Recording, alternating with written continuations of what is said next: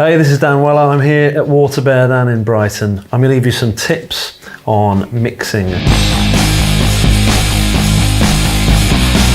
So I've produced and mixed loads of records over the years, lots in rock, lots in metal, now doing a lot of pop stuff. So I like to think I've kind of got a fairly good sort of understanding of different styles and how to make records.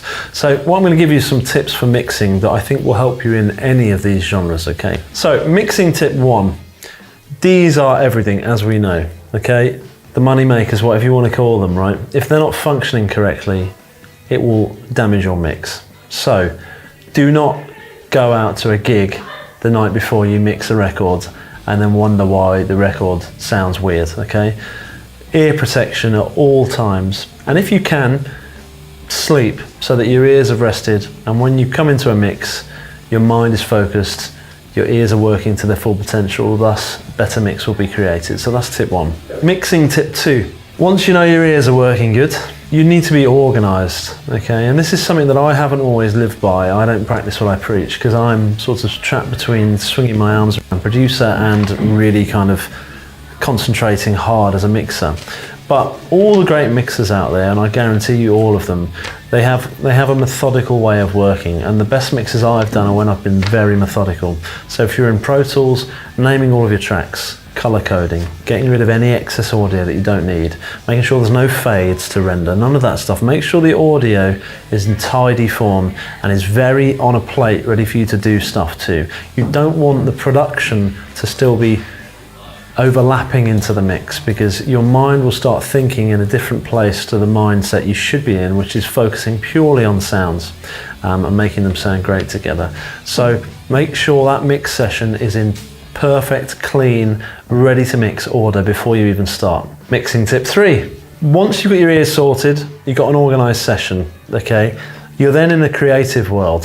The way you mix that song will be dictated by how you envision that song ending up. So if it's a dance song compared to an indie song, each of these styles have different elements that are important in one and not important in another. So for example, a kick drum in a dance track is very important, whereas in a trashy indie band, you might not even hear any low end on the kick drum. So if you approach every mix with the same mentality, it's going to be just crazy. So you need to find out what it is in that song that you're mixing that is the most important thing, and then build the mix around that, okay? And try to get to the vocals as soon as you can. So critical. So it might be you say, well, the vocal's the most important thing because it's a song and generally vocals are. Then what? Is the bass line the thing this song's going to revolve around, or is it the snare? Start working on those elements first and then build everything else around them.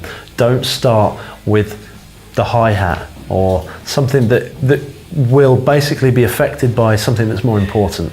Start with the important stuff, really important. Mix point 4, and again something I haven't practiced when I preached it, but I've realised that when I do this, I always create better results and go less mad. And when you're mixing, going mad is a thing that happens a lot, and it is taking regular breaks.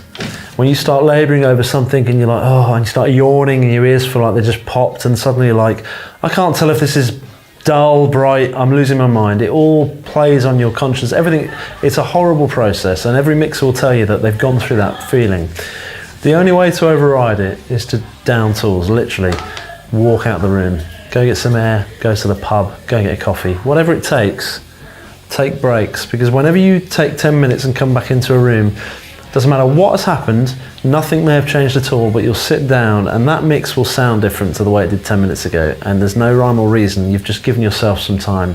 So always walk away, come back, and you know, you'll find that you'll get a mix done quicker even though you're doing less hours on the actual mix. It's cosmic, but it's the truth, so try it. Anyway guys, I hope you enjoyed my mix points. I've got so many more of them, so do like and subscribe here at the WaterBear page, or come to my Instagram, which is Dan Weller Guitar. I do regular tips and stuff, and feel free to ask me anything, send me any messages or any requests, and I'll try and help you out. And good luck with your mixing.